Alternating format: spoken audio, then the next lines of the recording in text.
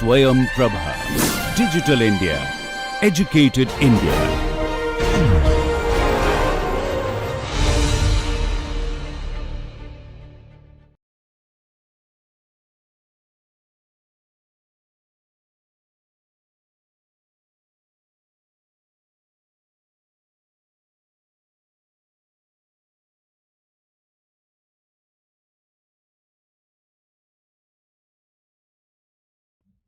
आज पाठ्यक्रम कोर्स जो हमने शुरू किया पुलिसिंग विधि और व्यवहार के द्वितीय सत्र में मैं आपका स्वागत करती हूँ।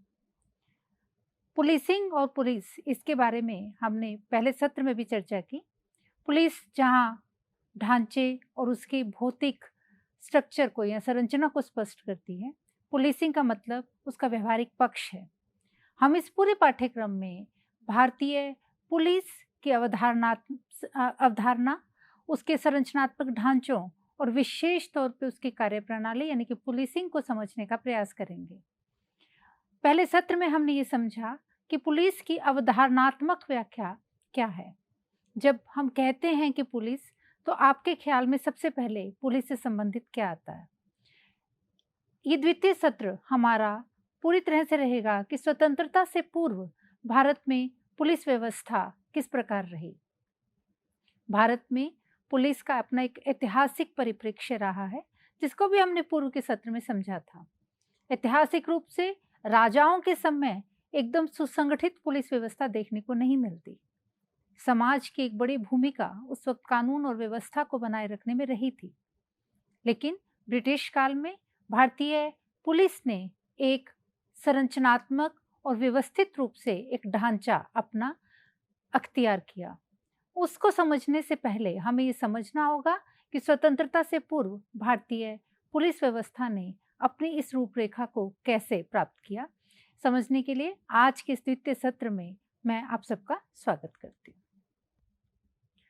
द्वितीय सत्र है स्वतंत्रता पूर्व भारत में पुलिस व्यवस्था। जैसा कि मैंने पूर्व में बताया, इसका परिचय सबसे पहले पुलिसिंग का देना मैं उचित समझती हूँ। पुलिसिंग का अर्थ है कानून और व्यवस्था बनाए रखना, अपराध की रोकथाम करना और नागरिकों की सुरक्षा सुनिश्चित करना। हम पूर्व में भी ये बात कर चुके कि पुलिस का मूलभूत उद्देश्य होता है कानून और व्यवस्था बनाए रखना समाज में, और इसी का एक पहलू है अपराध की रोकथाम करना, क्योंकि अपराध की रोकथाम किए बिना कानून और व्यवस्था बनाए नहीं रखी जा सकती। और इसी का दूसरा महत्वपूर्ण पहलू है नागरिकों की सुरक्षा सुनिश्चित करना। यदि पुलिसिंग की व्यवस्था का इतिहास हम देखना चाहेंगे तो प्राचीन काल से लेकर आज तक के विभिन्न परिवर्तनों को वो दर्शाता है। हमने पूर्व में भी चर्चा की थी कि किस तरह से अपने शास्त्रों में पुलिसिंग का जिक्र था और किस तरह से विभिन्न ग्रंथों में मनुस्मृति से लेकर कौटिल्य के अर्थशास्त्र में हमने इसका एक प्राचीन और अप्रत्यक्ष स्वरूप देखा। उसके बाद किस तरह से मुगल काल में इसने एक स्वरूप अख्तियार किया। यदि विभिन्न संस्कृतियों की चर्चा करें तो पुलिसिंग की संरचना और कार्य दोनों अलग अलग रहे हैं। न केवल विभिन्न संस्कृतियों में, यदि हम बात करें तो विभिन्न देश और काल में भी पुलिसिंग की अपनी अलग संरचना, अपने कार्य रहे हैं। यदि पुलिस बल की बात करें, संरचनात्मक रूप में बात कर रहे हैं, तो उनका संगठन विभिन्न स्तरों पर होता है, जैसे स्थानीय, राज्य और राष्ट्रीय स्तर। और प्रत्येक स्तर पर उनके स्तर के अनुरूप पुलिस कर्मियों की भूमिकाएं और जिम्मेदारियां भी भिन्न भिन्न होती हैं। पुलिस के मुख्य कार्यों में अपराध की जांच, अपराधियों की गिरफ्तारी, कानून और व्यवस्था बनाए रखना और समाज में सुरक्षा प्रदान करना शामिल है। अपराध की जांच और अपराधियों की गिरफ्तारी के साथ मूलभूत रूप से पुलिस का ये कार्य जुड़ा हुआ है कि उसको न्यायिक कार्यवाही तक लेके जाना और दंड प्रदान करवाना। और यदि अपराधी किसी कारणवश अपराध नहीं किया है, तथ्य या आंकड़े उसके विपरीत हैं, तो उसे न्यायिक प्रक्रिया के तहत उसे इससे मुक्त करवाना। एक महत्वपूर्ण अन्य पक्ष सामुदायिक पुलिसिंग का है। यह भी एक दृष्टिकोण है जिसमें पुलिस बल और स्थानीय समुदाय के बीच सहयोग को बढ़ावा दिया जाता है ताकि सामुदायिक सुरक्षा और समस्याओं का समाधान किया जा सके। मैंने पूर्व में भी चर्चा की कि यदि हम पुरातन भारत का जिक्र करते हैं तो उस वक्त का जो पुलिसिंग थी उसमें समाज की भूमिका बहुत ज़्यादा थी। इसी समुदाय की भूमिका को फिर से हम पुलिसिंग के साथ जोड़ सकें, इसीलिए एक नई अवधारणा सामुदायिक पुलिसिंग को लेकर भारत में भी प्रचलित है, जिसमें समुदाय के विभिन्न क्षेत्रों में प्रसिद्ध व्यक्तियों को सामुदायिक पुलिसिंग के माध्यम से संगठनात्मक रूप से पुलिस के साथ जोड़ा जाता है, ताकि वो पुलिस के विभिन्न कार्यों में, यानी कि अपराध की जांच से पूर्व जब अपराध होने की घटना समाज में एक सुगबुगाहट के रूप में जन्म ले रही होती है, उस समय पुलिस को सतर्क कर सकें कि अपराध के लिए पुलिस यहाँ कार्य कर सकती है। अब हम परिचय में आगे बढ़ते हुए हम ये जानना चाहेंगे कि पुलिस बल का प्रशिक्षण बेहद जरूरी है। पुलिस बल को विशेष रूप से प्रशिक्षित किया जाता है ताकि वे विभिन्न परिस्थितियों में सही निर्णय ले सकें। उन्हें कानून, मनोविज्ञान और आपातकालीन प्रबंधन में प्रशिक्षण दिया जाता है। पुलिसिंग के सामने कई चुनौतियां हैं, जैसे साइबर अपराध, आतंकवाद, सामाजिक असमानता और पुलिस बलों में भ्रष्टाचार। इसका जिक्र भी हमने प्रथम सत्र में किया था। हमने ये इस मामले में समझा था कि किस तरह से इंटरनेट की वृद्धि के बाद, इंटरनेट के विकास के बाद पुलिस के सामने तकनीक आधारित अपराधों की समस्या बढ़ी है। तकनीक आधारित अपराधों से निपटने के लिए तकनीक आधारित आपके पास उपकरणों की और उसी के अनुरूप प्रशिक्षण की आवश्यकता होती है।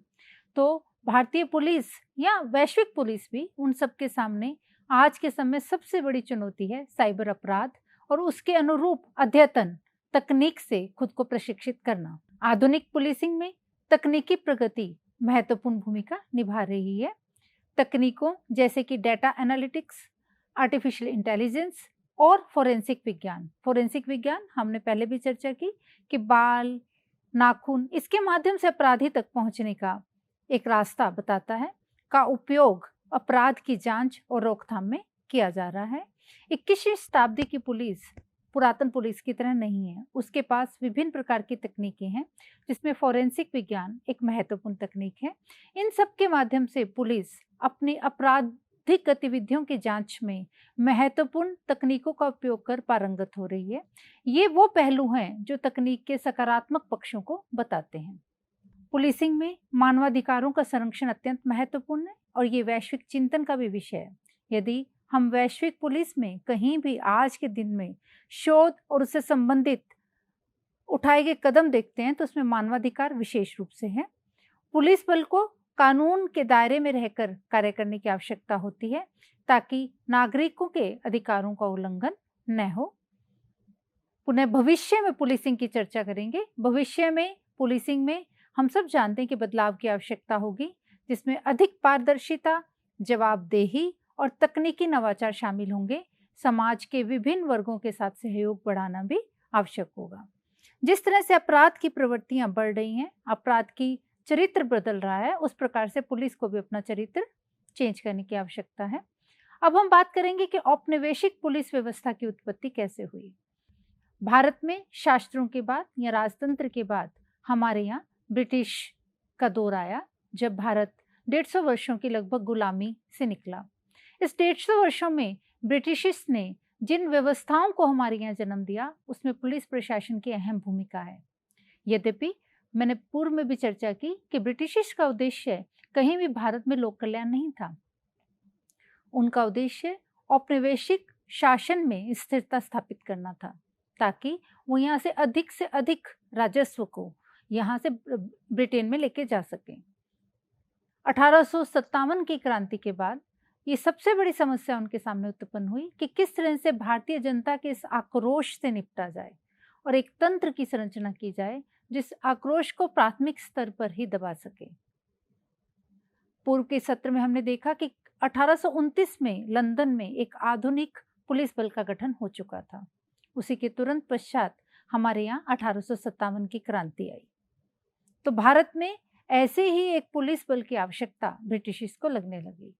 औपनिवेशिक काल में इन सब आवश्यकताओं के अनुरूप भारत में एक व्यवस्थित पुलिस बल को ब्रिटिशिस ने जन्म दिया। ऐसे ही स्वतंत्रता पूर्व काल में किस प्रकार से हमारी भारतीय पुलिस का विकास का क्रम आगे बढ़ा, इसी को हम इसमें समझने का प्रयास करते हैं। यदि ब्रिटिश शासन से पहले की पुलिस व्यवस्था देखें तो ब्रिटिश शासन से पहले भारत में जो पुलिस व्यवस्था थी वो स्थानीय स्तर पर थी। हमने पूर्व में भी कहा, ग्रामीण क्षेत्रों में चौकीदार और कोतवाल जैसे अधिकारी कानून व्यवस्था बनाए रखते थे। यदि मुगल काल देखें, जो मिडीवल या मध्ययुगीन काल है भारत का, मुगल और मराठा शासन के दौरान पुलिस संरचना सीमित थी और मुख्य रूप से स्थानीय अधिकारियों पर निर्भर थी। अब आता है 1857 का विद्रोह। 1857 के विद्रोह ने ब्रिटिश सरकार को यह महसूस करवाया कि उन्हें भारत में अपने शासन को मजबूत करने और विद्रोह जैसी घटनाओं को रोकने के लिए एक संगठित और सशक्त पुलिस बल की आवश्यकता है। यह विद्रोह पुलिस व्यवस्था में सुधार का मुख्य प्रेरक बना। इसी के तदनुरूप आया भारतीय पुलिस अधिनियम या इंडियन पुलिस एक्ट 1861। 1857 के विद्रोह के बाद ब्रिटिश सरकार ने भारतीय पुलिस अधिनियम 1861 पारित किया, जो औपनिवेशिक पुलिस व्यवस्था की नींव बना। इस अधिनियम के तहत ब्रिटिश भारत में एक संगठित पुलिस बल की स्थापना की गई। जब ब्रिटिशर्स ने हमारे यहाँ भारतीय पुलिस अधिनियम 1861 लागू किया, उसी वक्त भारत में इससे पूर्व जिला नाम की इकाई स्थापित हो चुकी थी। इसलिए पुलिस से संबंधित भी जितने भी कानून आए उसमें जिला मुख्य इकाई बना रहा। इस जिला इकाई को आधार मानते हुए इन्होंने पूरी पुलिस बल का संगठन स्थापित किया। इसी को हम आगे समझते हैं। यह अधिनियम यानी कि भारतीय पुलिस अधिनियम 1861 में जिलों में पुलिस बल का गठन, पुलिस अधीक्षकों की नियुक्ति और पुलिस अधिकारियों की जिम्मेदारियों को स्पष्ट रूप से परिभाषित किया गया। पुलिस अधीक्षक को उस वक्त जिला का इंचार्ज या जिला का अधिकारी बनाया गया, जो आज दिन तक भारतीय पुलिस में जिला स्तर पर भारतीय पुलिस का अधिकारी पुलिस अधीक्षक ही होता है। 1861 के भारतीय पुलिस अधिनियम से जिस संरचना की शुरुआत की गई वो भारत में आज दिन तक कायम है। इसके अतिरिक्त क्या उद्देश्य मुख्य रूप से रखा गया भारतीय पुलिस अधिनियम का? वो था कानून और व्यवस्था बनाए रखना। औपनिवेशिक पुलिस व्यवस्था का मुख्य उद्देश्य ब्रिटिश शासन की रक्षा करना और कानून व्यवस्था बनाए रखना था, खासकर उन क्षेत्रों में जहां विद्रोह या असंतोष का खतरा हो गया था। साथ ही पुलिस को उपनिवेशी नीतियों को लागू करने और स्वतंत्रता संग्राम से संबंधित गतिविधियों को रोकने के लिए तैनात किया गया। मानवाधिकार के जो उद्देश्य हम पुलिस से जोड़ते हैं वो वस्तुतः स्वतंत्रता पश्चात के हैं। ये यूँ कहा जाए 20वीं और 21वीं शताब्दी के हैं। यदि हम ब्रिटिश काल की भारतीय पुलिस को देखें तो उनका उद्देश्य मात्र और मात्र ब्रिटिश शासन की नींव को पुरजोर तरीके से स्थापित बनाए रखना था। कहीं भी मानवाधिकार या लोक कल्याण से संबंधित किसी कार्यों में पुलिस की कोई भूमिका भारतीय पुलिस अधिनियम 1861 में दिखाई नहीं पड़ती। इसी को और आगे समझते हैं। भारतीय पुलिस अधिनियम में जो पुलिस व्यवस्था की भूमिका रखी गई उसमें पुलिस व्यवस्था की जो संस्थापना है वो औपचारिक रूप से एक संगठित और संरचित पुलिस बल की गई। यह कानून प्रत्येक जिले में पुलिस बल का गठन सुनिश्चित करता था, जिसे पुलिस अधीक्षक के तहत संचालित किया जाता था। ये था जिला स्तर पर उसका संरचना। केंद्रीय स्तर पर समझने का प्रयास करते हैं। जो केंद्रीय नियंत्रण था, इस अधिनियम में पुलिस को केंद्रीय और राज्य प्रशासन के नियंत्रण में लाया गया। पुलिस बल का संचालन और प्रशासन ब्रिटिश अधिकारियों के निर्देशन में किया गया और ये स्वाभाविक भी था, क्योंकि ब्रिटिश शासन अपना अंतिम नियंत्रण नहीं बनाए रखता तो उसे ये डर था कि विद्रोह को पुलिस ना कुचले, ऐसा नहीं हो, जिससे पुलिस को सरकार का नियंत्रण बनाए रखने और नीतियों को लागू करने का साधन बनाया गया, अर्थात पूरी तरह से केंद्रीय नियंत्रण स्थापित किया गया। पुनः पुलिस का उद्देश्य वही था, अपराध रोकथाम और कानून व्यवस्था। अधिनियम का मुख्य उद्देश्य अपराधों की रोकथाम और कानून व्यवस्था बनाए रखना था। इसने पुलिस बल को यह अधिकार दिया कि वे अपराधियों को पकड़ने, उन्हें गिरफ्तार करने और शांति व्यवस्था बनाए रखने के लिए आवश्यक कदम उठा सकें। जिला पुलिस अधीक्षक की भूमिका को भी भारतीय पुलिस अधिनियम 1861 में पूरी तरह से स्पष्ट किया गया।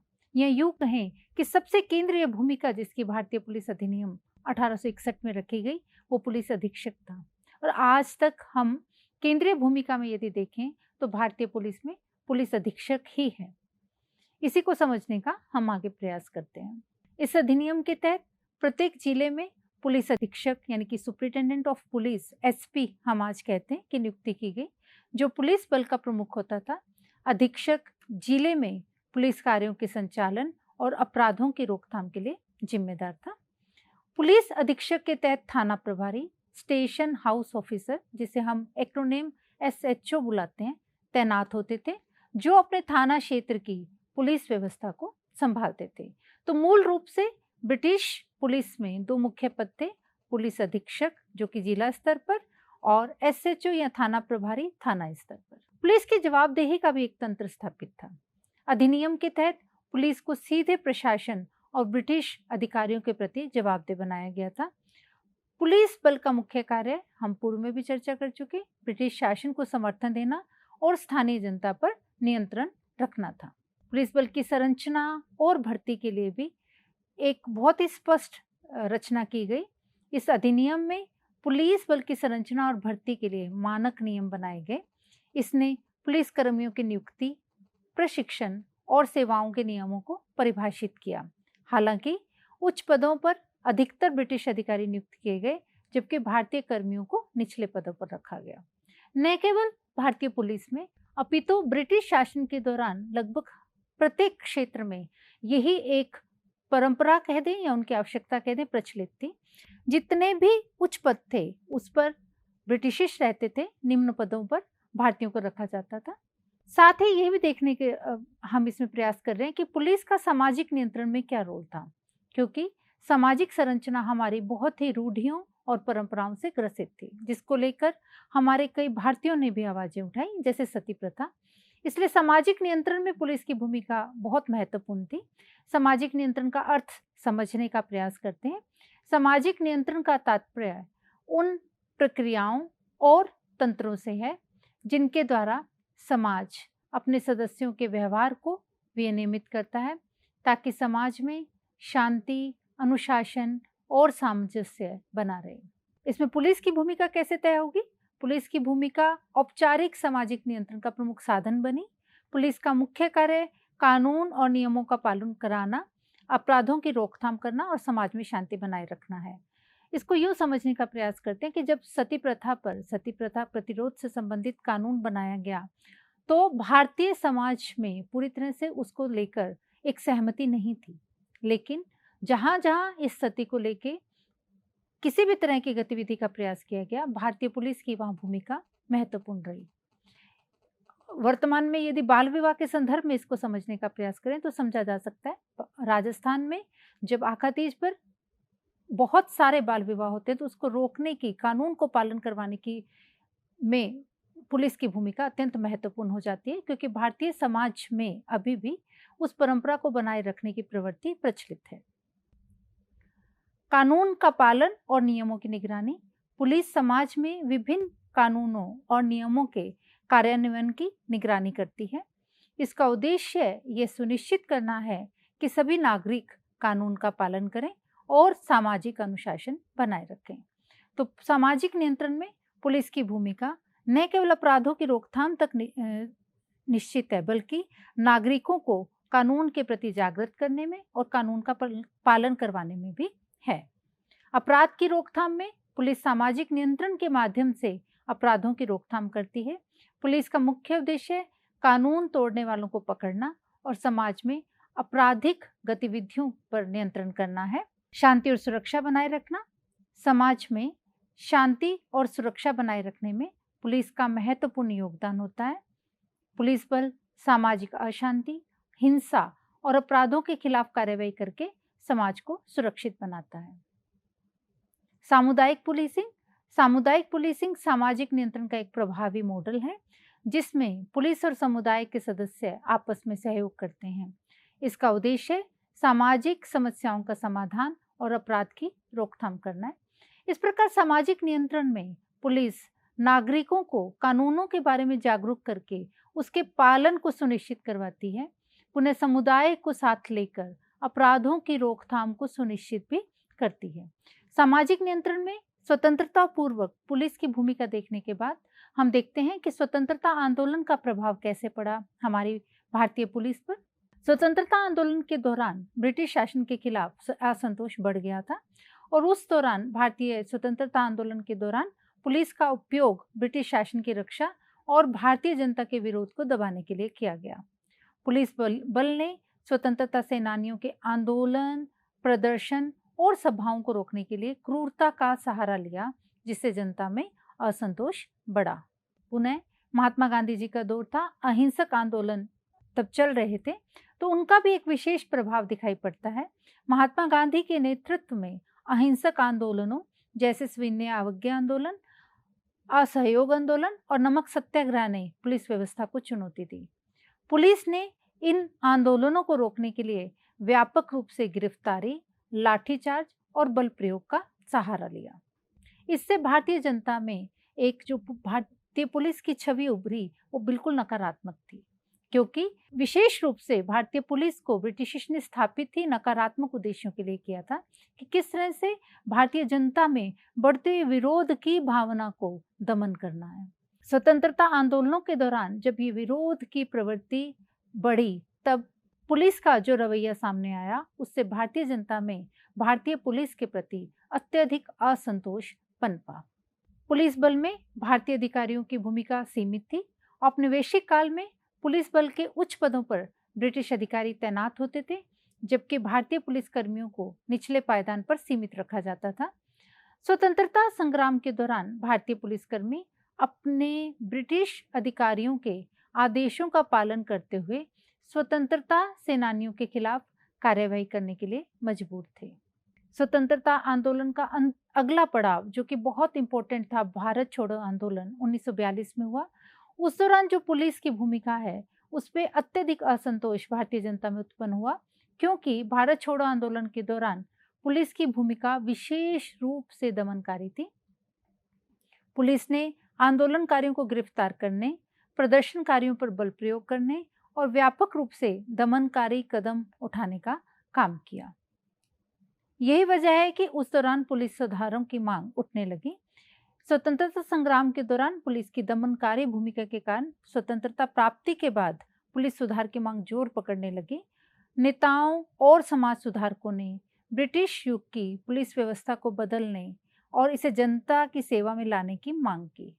विडंबना ये रही कि आज स्वतंत्रता के 75 साल, जब हम 75वीं वर्षगांठ मना रहे हैं, उससे कुछ ही समय पूर्व हमने इस भारतीय पुलिस अधिनियम को चेंज किया, जो कि विशेष रूप से उस पूरे पुलिस बल का आधार थी जिसने भारतीयों की भावनाओं को कुचलने का प्रयास किया। यही वजह है कि आज तक भारतीय जनता और भारतीय पुलिस के बीच में मानसिक दूरी बनी रही। स्वतंत्रता के पश्चात जब ये पुलिस सुधार की मांग बढ़ी, तब भारतीयों के बीच में भारतीयता लाने की मांग बढ़ी, जो अभी तक भारत में नहीं दिखाई पड़ती। यदि लिंग के संदर्भ में भारतीय पुलिस को देखें, तो पुलिस बल में जो महिलाओं की भागीदारी है वो आज तक सीमित है, विशेषकर ऊंचे पदों पर अत्यधिक सीमित है। अधिकांश पुलिस बल में पुरुषों का प्रभुत्व है, जबकि महिलाओं का प्रतिनिधित्व अपेक्षाकृत कम है। ये आज तक जो पुलिस में महिलाओं की भागीदारी नहीं बढ़ी, ब्रिटिश काल में तो थी ही नहीं। महिलाओं की भागीदारी सीमित नहीं, न के बराबर थी। आज कई देशों में सरकारें जो हैं पुलिस में महिलाओं की संख्या बढ़ाने के लिए विभिन्न नीतियां लागू कर रही हैं, ताकि पुलिस बल को लिंग संतुलन में लाया जा सके। भारत में भी ये बात इतनी ही सच है, हमारे यहाँ भी प्रयास चल रहे हैं और महिला पुलिस कर्मियों की उपस्थिति महिलाओं की सुरक्षा में और प्रभावी भूमिका निभा सके। यदि महिला पुलिस कर्मियों की भूमिका की बात करें, तो महिला पुलिसकर्मी महिलाओं के खिलाफ अपराधों जैसे यौन उत्पीड़न, घरेलू हिंसा और बलात्कार की जांच में महत्वपूर्ण भूमिका निभाती हैं। पीड़ित महिलाओं को अपनी बात रखने में महिला पुलिसकर्मियों के सामने सहजता महसूस होती है। जब महिला पुलिसकर्मी उनसे पूछताछ करती हैं, तब कई पुलिस थानों में महिला डेस्क और महिला पुलिस स्टेशन स्थापित किए गए हैं, जहां महिला पीड़ितों को न्याय दिलाने में सहायता मिल सके। लिंग और पुलिस व्यवस्था के मध्य जहाँ तक संतुलन की बात है, तो वो संतुलन हर युग और हर काल में अत्यंत बिगड़ा हुआ रहा है। स्वतंत्रता पूर्व तो महिलाओं की स्थिति अत्यधिक कम थी ही, नगण्य थी, लेकिन स्वतंत्रता के पश्चात भी महिलाओं की संख्या अत्यधिक सीमित है। अब हम बात करेंगे जो औपनिवेशिक पुलिस व्यवस्था की विरासत है आज तक हमारे पास, उसके संदर्भ में। औपनिवेशिक पुलिस व्यवस्था का जो आधार था वो भारतीय पुलिस अधिनियम था। इसलिए सर्वप्रथम हम जिस विरासत की चर्चा करेंगे वो भारतीय पुलिस अधिनियम 1861 की इसी भूमिका की बात करेंगे। हमने पूर्व में भी चर्चा की कि 1857 के विद्रोह के बाद ब्रिटिश शासन ने भारतीय पुलिस तंत्र को अधिक संगठित और कठोर बनाने के लिए भारतीय पुलिस अधिनियम 1861 को लागू किया। इसका मुख्य उद्देश्य ब्रिटिश शासन के प्रति जनता की असंतुष्टि को दबाना और विद्रोह जैसी घटनाओं को रोकना था। यह अधिनियम स्वतंत्रता के बाद भी लागू रहा और आज भी भारतीय पुलिस तंत्र का मुख्य आधार बना हुआ है। इसका प्रभाव पुलिस की संरचना और कार्यप्रणाली पर स्पष्ट रूप से दिखाई देता है। इसे आज भारतीय पुलिस तंत्र का आधार मानने के पीछे कारण ये है कि हमने भारतीय पुलिस अधिनियम में परिवर्तन तो किया, उसका नाम चेंज कर दिया, लेकिन अभी भी मुख्य आधार के रूप में हमारी पुरानी औपनिवेशिक मानसिक विरासतें जो भारतीय पुलिस को मिली वो आज भी विद्यमान है। यही कारण है कि भारतीय पुलिस में अधिनियम चेंज करने के बाद भी उनकी प्रवृत्तियां वैसी की वैसी बनी हुई हैं, जो कि बेहद नकारात्मक हैं। भारतीय पुलिस अधिनियम की जो अन्य महत्वपूर्ण बात थी वो थी केंद्रित और शीर्ष निर्देशित पुलिस संरचना। औपनिवेशिक पुलिस व्यवस्था में पुलिस तंत्र का मुख्य उद्देश्य शासन को बनाए रखना और ब्रिटिश सरकार के आदेशों का पालन करना था। पुलिस को एक केंद्रीकृत और शीर्ष निर्देशित संरचना में रखा गया, जहां ज्यादातर निर्णय उच्च अधिकारियों द्वारा लिए जाते थे। आज भी भारतीय पुलिस प्रणाली इसी केंद्रीकृत ढांचे का पालन करती है, जिसमें स्थानीय पुलिस अधिकारियों के पास सीमित स्वतंत्रता होती है और उच्च अधिकारियों के आदेशों का पालन करना अनिवार्य होता है। ब्रिटिश काल में केंद्रित और शीर्ष स्थित निर्देश संरचना लागू करने का विशेष कारण यह था कि उस वक्त भारतीयों पर ही भारतीय पुलिस द्वारा ही शासन करना था। इसलिए मुख्य अधिकार शीर्ष स्तर पे कार्यरत ब्रिटिश अधिकारियों ने अपने पास रखे हुए थे, लेकिन स्वतंत्रता के पश्चात जब सत्ता भारतीयों के पास आई तब भी हम ये मुख्य प्रावधान आज भी वैसे ही बना हुआ है। पुलिस व्यवस्था में विकेंद्रीकृत निर्णय प्रणाली आज भी नहीं है। आज भी अधिकार केंद्रीकृत हैं और शीर्ष के स्तर पे नेतृत्व पर बैठे पुलिस अधिकारियों के पास अधिकतर अधिकार सीमित हैं। भारत में औपनिवेशिक पुलिस व्यवस्था में हम बात करेंगे, जो हमने बात ही की पहले भारतीय पुलिस अधिनियम की, ये आज भी हमारी पुलिस व्यवस्था का मुख्य आधार बना हुआ है। 1857 के विद्रोह के बाद ब्रिटिश सरकार ने इस अधिनियम से पुनर्गठित किया भारतीय पुलिस को। इसके अधिकांश नियम और विनियम वही बने हुए हैं जो औपनिवेशिक युग में बने हुए थे। इस अधिनियम के तहत पुलिस को सशक्त और केंद्रीकृत किया गया ताकि विद्रोह और विरोध की किसी भी संभावना को रोका जा सके, जिसकी अभी भी चर्चा मैंने की थी। हमने बात की कि दो मुख्य अधिकारी, पुलिस अधीक्षक जिला स्तर पर और थाना स्तर पर स्टेशन हाउस ऑफिसर। थाना प्रणाली आज भी हमारे यहाँ वैसे की वैसे भारतीय समाज में लागू है।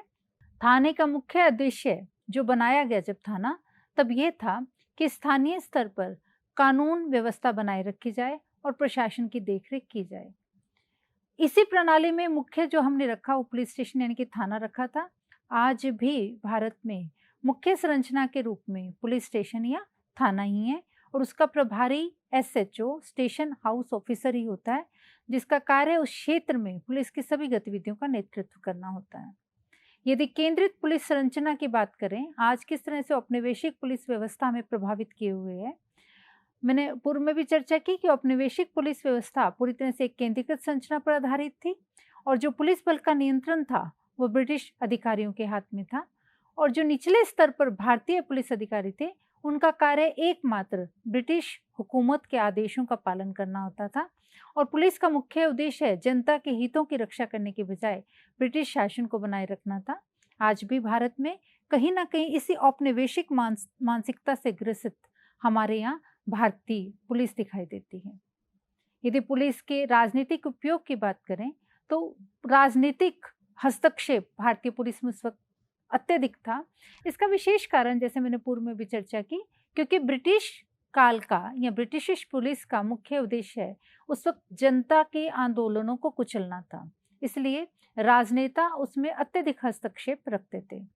आज भी वो राजनीतिक हस्तक्षेप यूं ही है।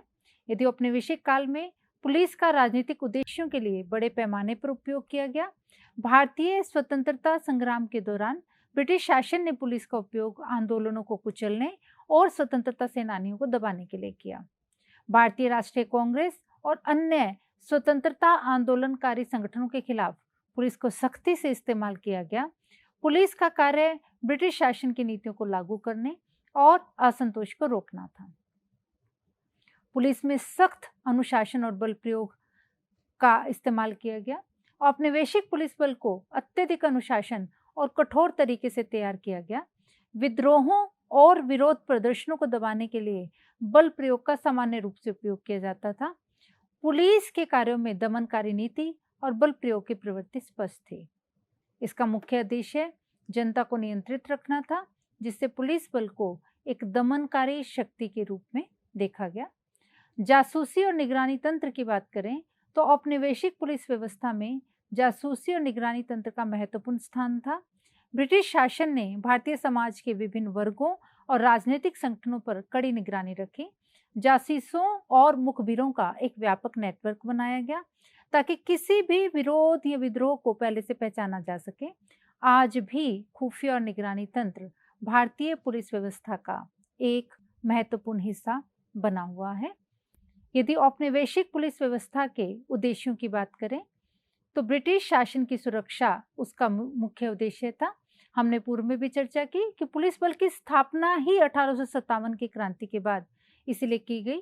औपनिवेशिक पुलिस व्यवस्था का मुख्य उद्देश्य ब्रिटिश साम्राज्य के शासन को मजबूत करना और किसी भी विद्रोह या विरोध की संभावना को समाप्त करना था। 1857 के विद्रोह के बाद असंतोष को दबाना। 1857 के विद्रोह ने ब्रिटिश हुकूमत को यह महसूस करवाया कि भारतीय जनता के बीच असंतोष बढ़ रहा है, जिसे नियंत्रित करना जरूरी है, और साथ ही राजनीतिक आंदोलनों को नियंत्रित करना भी था। स्वतंत्रता आंदोलन के दौरान पुलिस का उपयोग मुख्य रूप से भारतीय स्वतंत्रता सेनानियों और आंदोलनों को दबाने के लिए किया गया। मैंने पूर्व में भी इसकी चर्चा की कि भारतीय पुलिस तंत्र जब स्थापित किया गया तो इसका मुख्य उद्देश्य सकारात्मक न होकर नकारात्मक था। इसका उद्देश्य मानवाधिकारों की रक्षा करना नहीं, अपितु मानवाधिकारों के लिए आवाज उठाने वाली भारतीय जनता की विद्रोहों को, विरोधों को कुचलना था। यही कारण है कि वो नकारात्मक औपनिवेशिक मानसिक प्रवृत्तियां भारतीय पुलिस व्यवस्था का एक महत्वपूर्ण अंग बन गई।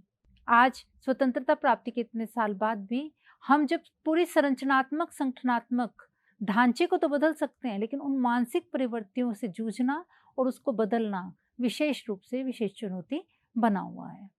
भारतीय पुलिस में यदि स्वतंत्रता के बाद औपनिवेशिक विरासतें हम देखते हैं तो संगठनात्मक विरासतें तो आज बनी हुई हैं। जैसा मैंने कहा कि भारतीय पुलिस अधिनियम 1861 भी 2005 तक चल रहा था। साथ ही वो औपनिवेशिक मानसिक प्रवृत्तियां जिसने भारतीय पुलिस और भारतीय जनता के बीच में खाई पैदा की, वो भी आज बनी हुई है। यदि औपनिवेशिक पुलिस की संरचना की बात करें तो केंद्रीकृत नियंत्रण उसकी संरचना का मुख्य कारण था। औपनिवेशिक पुलिस व्यवस्था पूरी तरह से केंद्रीकृत थी, जिसमें उच्च अधिकारी ब्रिटिश प्रशासन के सीधे नियंत्रण में काम करते थे। पुलिस का प्रांतीय सरकारों और ब्रिटिश अधिकारियों द्वारा नियंत्रित किया जाता था। पुलिस के उच्चतम स्तर पर ब्रिटिश अधिकारी होते थे जो पुलिस बल की सभी प्रमुख नीतियों और संचालन का नेतृत्व करते थे। हायरार्की या पदानुक्रम प्रणाली। लोक प्रशासन में हायरार्की एक मुख्य सिद्धांत है जो कि ये बताता है कि किसी भी संगठन की संरचना बेहतरीन तब होती है जब उसे पदों में विभाजित किया जाता है और पदों में ऊपर से नीचे तक एक क्रम स्थापित किया जाता है। इस ऊपर से नीचे के क्रम में विशेष बात यह होती है कि नीचे के स्तर के क्रमों के जो कार्य होते हैं वो रूटीन प्रवृत्ति के होते हैं और ऊपर के स्तर पर जो कार्य होते हैं वो निरंतर नई जो समस्याएं आती हैं संगठन को उससे जूझने के होते हैं। ऊपर के स्तर पर पद कम रहते हैं और नीचे के स्तर पर पद अधिक। इस हायरार्की या पदानुक्रम प्रणाली पर प्रत्येक संगठन आधारित होता है, लेकिन इसका क्लासिकल या सबसे महत्वपूर्ण एग्जाम्पल पुलिस है।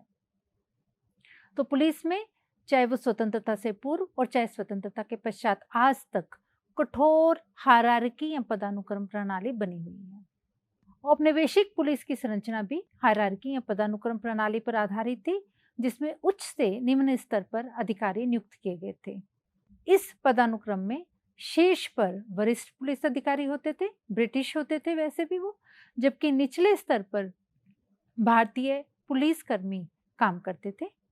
इस संरचना में विभिन्न पद होते थे, जैसे सबसे नीचे से शुरू करते हैं, थाना प्रभारी SHO, जिसे स्टेशन हाउस ऑफिसर भी कहा जाता है। ये पुलिस स्टेशन के संचालन का प्रमुख होता था। उसके तत्काल ऊपर deputy superintendent of police DYSP या SP के अधीन काम करता था और जिले के छोटे छोटे भागों की देखरेख करता था। फिर सुपरिटेंडेंट ऑफ पुलिस यानी कि SP जिले का प्रमुख पुलिस अधिकारी होता था, जो जिले की पुलिस व्यवस्था को नियंत्रित करता था। उसके ऊपर DIG deputy inspector general of police, यह अधिकारी IGP के अधीन होते थे और विभिन्न जिलों के पुलिस कार्यों की निगरानी करते थे। इसके ऊपर इंस्पेक्टर जनरल ऑफ पुलिस, जिसे हम IGP बोलते हैं, ये पुलिस बल का सर्वोच्च पद होता था, जो एक प्रांत की पुलिस का प्रमुख होता था। आज भी यदि हम भारतीय पुलिस को देखें तो ये पांचों के पांचों पद आज भी बरकरार हैं। हालांकि भारतीय जनसंख्या की बढ़ोतरी और पुलिस के कार्यों में बढ़ोतरी के कारण काफी नए पद भी बना दिए गए हैं। कांस्टेबल हेड कांस्टेबल से SHO पे, SHO और DYSP के बीच में एक CI यानी कि सर्कल इंस्पेक्टर का पद और आ चुका है। लेकिन मुख्य रूप से समझने की बात यह है कि आज भी यही पांचों पद भारतीय पुलिस की इस पदानुक्रम संरचना की महत्वपूर्ण इकाई बने हुए हैं और इनके पास दायित्व भी वही हैं जो कि ब्रिटिश शासन की पुलिस के दौरान इनके पास होते थे। पुलिस थानों की स्थापना, औपनिवेशिक काल में पुलिस थानों की स्थापना की गई, जो स्थानीय स्तर पर कानून व्यवस्था बनाए रखने के लिए जिम्मेदार होते थे। हर थाने के अंतर्गत एक निश्चित क्षेत्र आता था, जिसे पुलिस की निगरानी में रखा जाता था। पुलिस थानों का मुख्य कार्य आपराधिक गतिविधियों को रोकना, जांच करना और स्थानीय प्रशासन को रिपोर्ट करना था। इन थानों के प्रमुख SHO होते थे, जो उस क्षेत्र में पुलिस गतिविधियों का नेतृत्व करते थे। आज भी पुलिस थाने इसी रूप में मौजूद हैं। फिर विशेष पुलिस बल और रिजर्व बल। औपनिवेशिक शासन के तहत कानून व्यवस्था को बनाए रखने के लिए विशेष पुलिस बल और रिजर्व पुलिस बल भी बनाए गए थे। आज भी भारतीय पुलिस में इनका स्थान बना हुआ है। इन बलों को विशेष परिस्थितियों में तैनात किया जाता था, जैसे दंगों और विद्रोह के समय। विशेष पुलिस बल और रिजर्व बल को सामान्य पुलिस से अधिक शक्तियां दी जाती थी और उनका उपयोग प्रमुखतः दमनकारी नीतियों को लागू करने और राजनीतिक विरोधों को दबाने में किया जाता था। इसके अतिरिक्त सख्त अनुशासन और प्रशिक्षण जो है औपनिवेशिक पुलिस व्यवस्था में पुलिस कर्मियों की विशेष पहचान थी। औपनिवेशिक पुलिस व्यवस्था में पुलिस कर्मियों पर सख्त अनुशासन लागू था। सभी पुलिस कर्मियों को कठोर प्रशिक्षण दिया जाता था, जिससे उन्हें विद्रोहों और विरोध प्रदर्शनों को नियंत्रित करने के तरीकों की जानकारी दी जाती थी। पुलिस कर्मियों से यह अपेक्षा की जाती थी कि वे ब्रिटिश शासन के प्रति वफादार रहें और अनुशासनहीनता की स्थिति में उन्हें कठोर दंड दिया जाता था। ब्रिटिश शासन के दौरान जब भारतीय पुलिस की स्थापना की गई तो उनसे यह उम्मीद की गई कि वो ब्रिटिश शासन के प्रति वफादार रहें, भारतीय जनता के लिए सेवक बन के काम नहीं करें। यही मानसिक प्रवृत्ति आज भी है।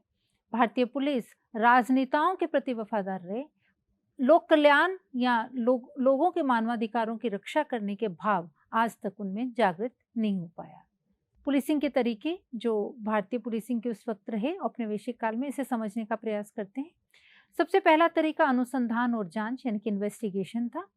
पुलिस द्वारा अपराधों की गहराई से जांच करना, जिसमें सबूत एकत्रित करना, गवाहों के बयान लेना और अपराध स्थलों का निरीक्षण करना शामिल है।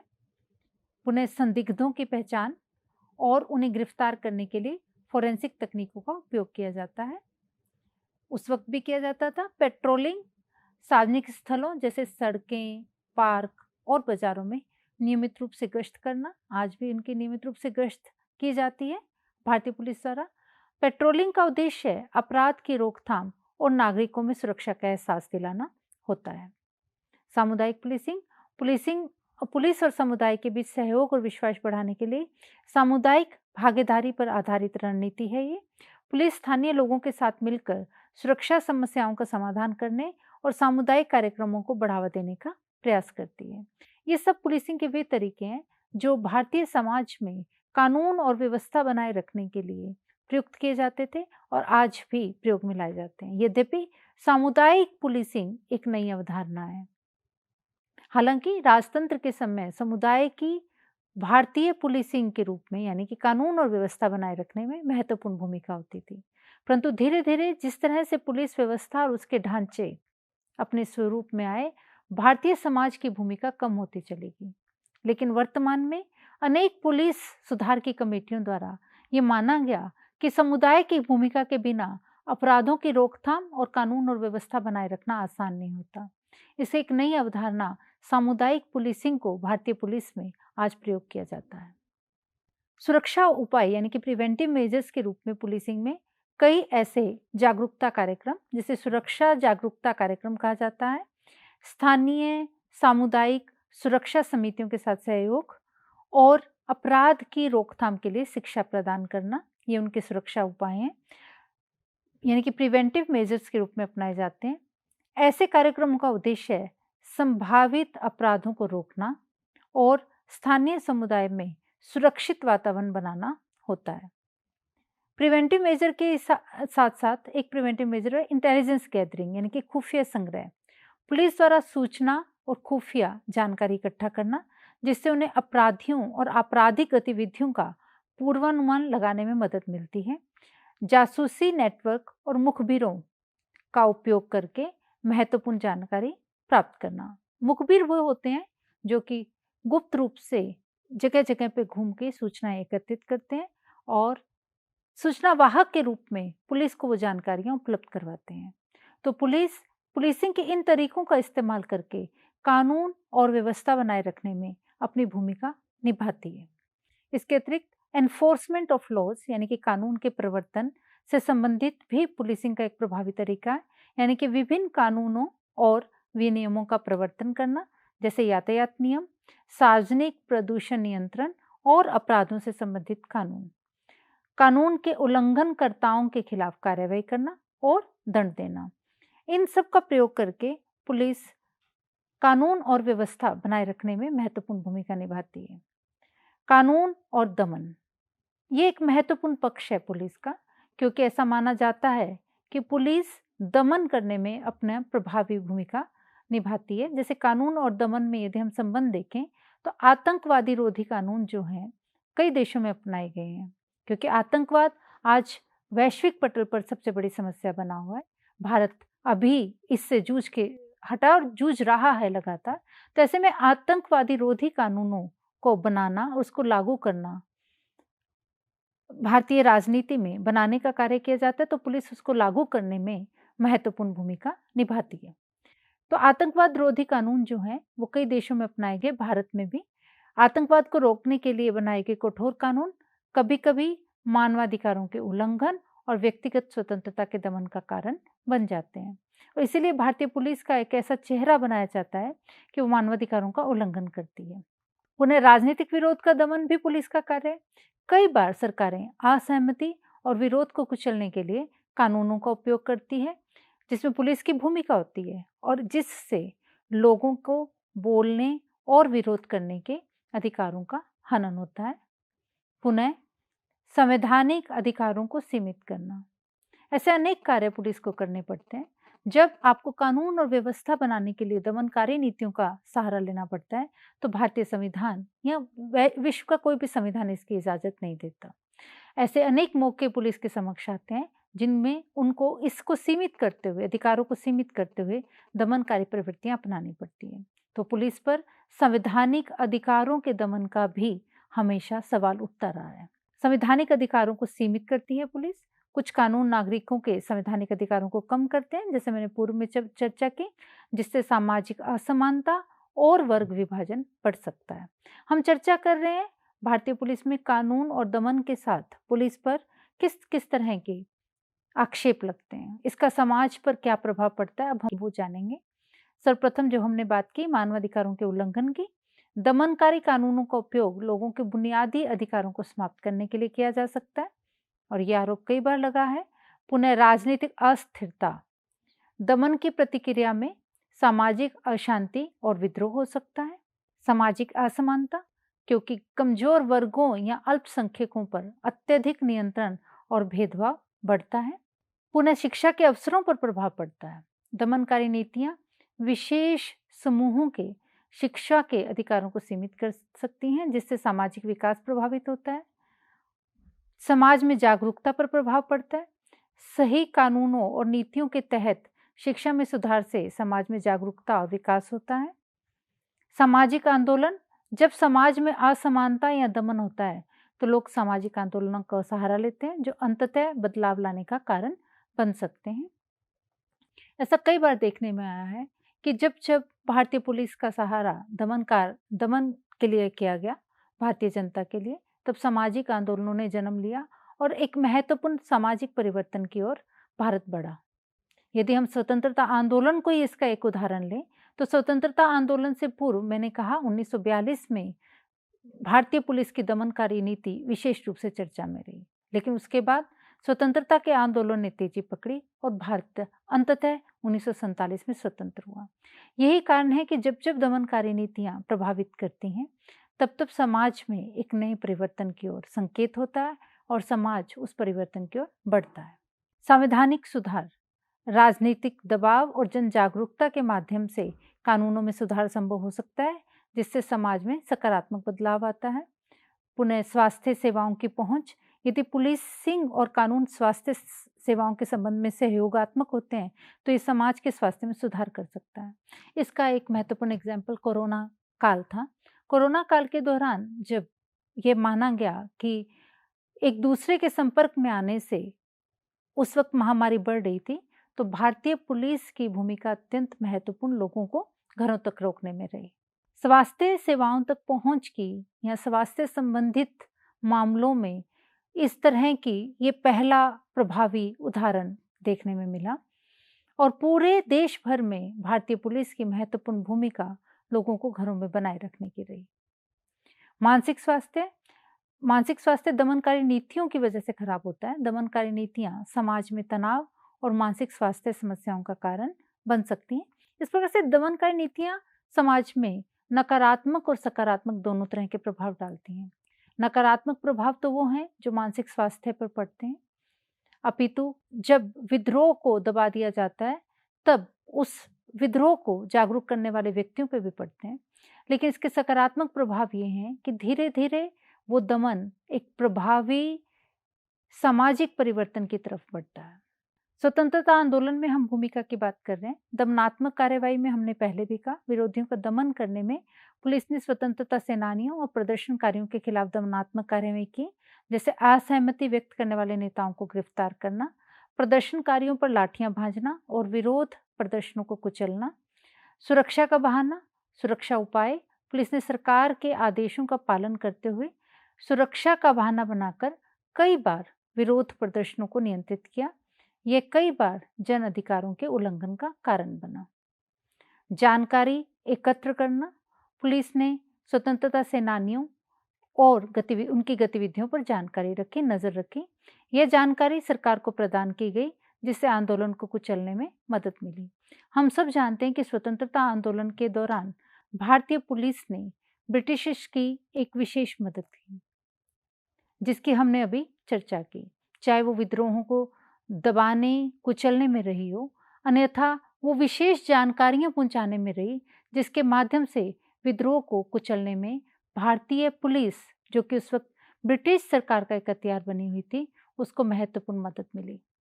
यदि स्वतंत्रता पूर्व हम जब पुलिस की भूमिका और पुलिस की संगठनात्मक संरचनात्मक विशेषताओं की चर्चा कर रहे हैं, तो ये नकारात्मक छवि भारतीय पुलिस की हमेशा एक ऐतिहासिक सुधारों का भी कारण बनी, साथ ही इस बात का भी उदाहरण बनी कि किस प्रकार से भारतीयों को दबाने में भारतीय पुलिस की ही मदद ब्रिटिश द्वारा ली गई। स्वतंत्रता सेनानियों का सामना, कई पुलिस अधिकारियों ने स्वतंत्रता सेनानियों का सामना किया और उन्हें पकड़ने में के प्रयास में सक्रिय भूमिका निभाई, जबकि वे भारतीय ही थे।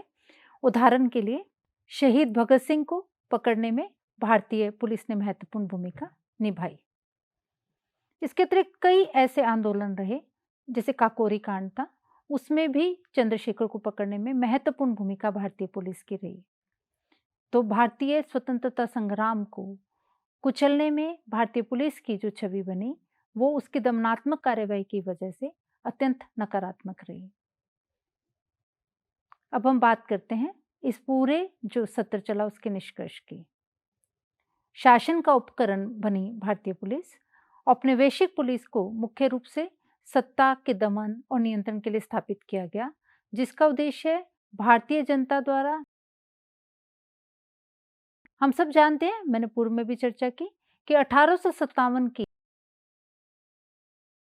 प्रथम स्वतंत्रता संग्राम भी कहते हैं, से जो एक छवि विद्रोह से जो ब्रिटिश में डर उत्पन्न हुआ, उसके बाद भारत व्यवस्थित यहाँ इकाइयां बनाई गई बना। यदि हम ऐतिहासिक रूप से ब्रिटिश द्वारा बनाई देखते हैं तो उसमें जिला मुख्य इकाई रहा। भारतीय संपर्क में रहती थी वो जिला था। इसलिए जब भारतीय ब्रिटिश द्वारा की गई तो उसमें जिला इकाई मुख्य मानते हुए दी गई। तो भारतीय पुलिस का यदि हम स्वतंत्रता पूर्व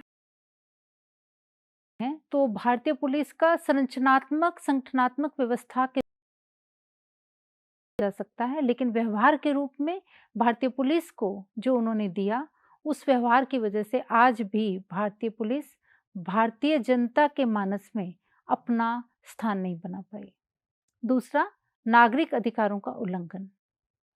मानवाधिकारों के लिए तो न तो मानवाधिकारों के संरक्षण के लिए वो पुलिस स्थापित की गई थी, न ही मानवाधिकारों के लिए कभी उस पुलिस ने काम किया।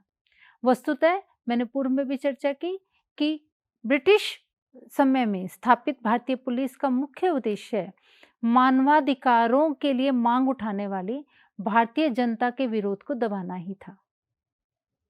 इसलिए मानवाधिकारों का खुले तौर पर खुलेआम उल्लंघन किया गया। ब्रिटिश अधिकारियों ने उस सारी केंद्रीय सत्ता को इसीलिए अपने हाथ में रखा ताकि भारतीय पुलिस में उपस्थित भारतीयों के मन में जो भाव भारतीयों के लिए जागृत हों, तो वो उनके हाथ से निकलकर उस तरफ नहीं हो जाए। लेकिन भारतीय पुलिस उस वक्त ब्रिटिश के साथ खड़ी रही और भारतीयों के जितने भी विरोध थे उनको दबाने में महत्वपूर्ण भूमिका अदा की। यही कारण है कि आज स्वतंत्रता के 75 साल बाद भी हम उस औपनिवेशिक मानसिकता से निपटने के लिए, उस पुलिस सुधारों को करने के लिए अनेकानेक कमेटियां बनाई गई, अत्यधिक सुझाव आए, लेकिन भारतीय पुलिस का ब्रिटिश चरित्र या औपनिवेशिक मानसिकता से हम आज तक उबर नहीं पाए हैं।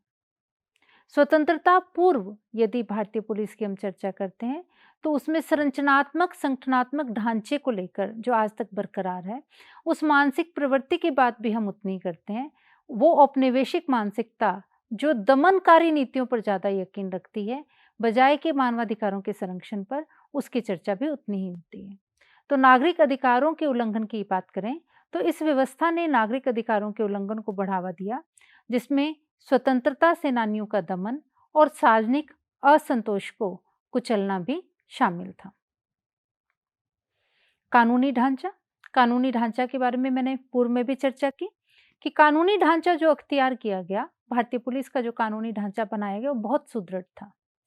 यही कारण है कि आज भी जिन 5 पदों की हमने चर्चा की, जो भारतीय पुलिस की ब्रिटिश काल की देन है, वो आज भी उसी रूप में, उसी पदानुक्रम में, हायरार्की के रूप में हमारे यहाँ विद्यमान है।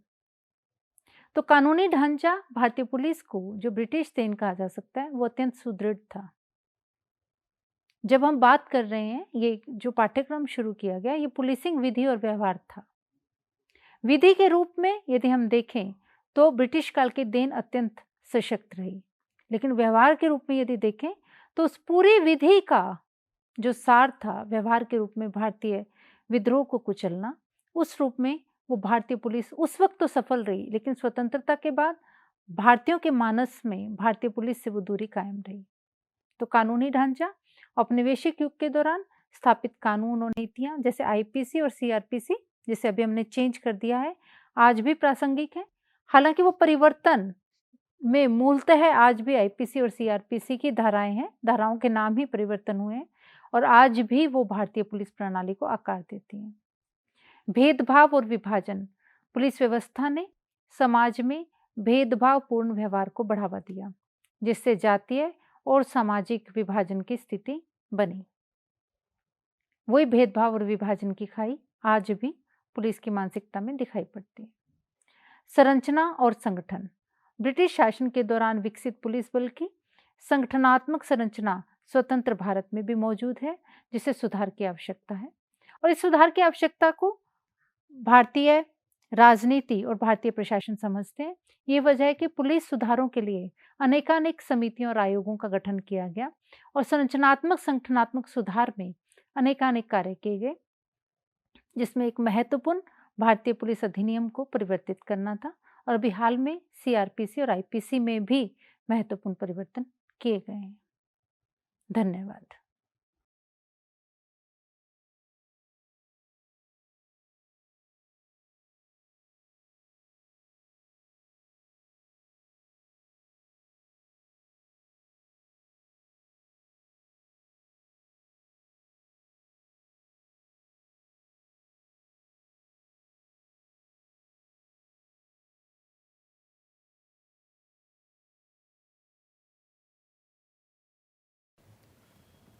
Understanding oneself, understanding others, understanding society at large, understanding the nature, these are all driven by basic human curiosity.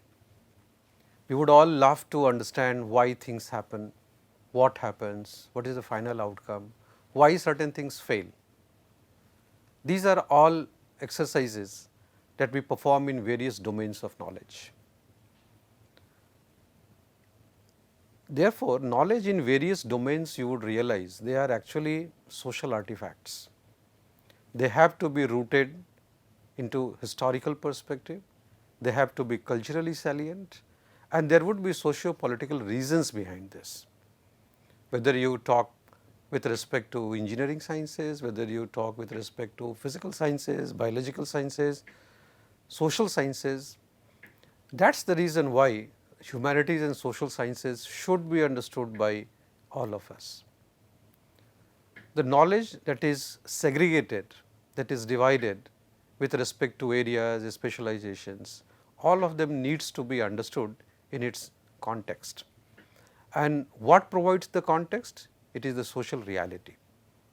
How do you correlate knowledge in a given domain with the cultural reality, with the social reality, with the socio-political compulsions? Okay, how do you understand the law of nature, okay, in its totality?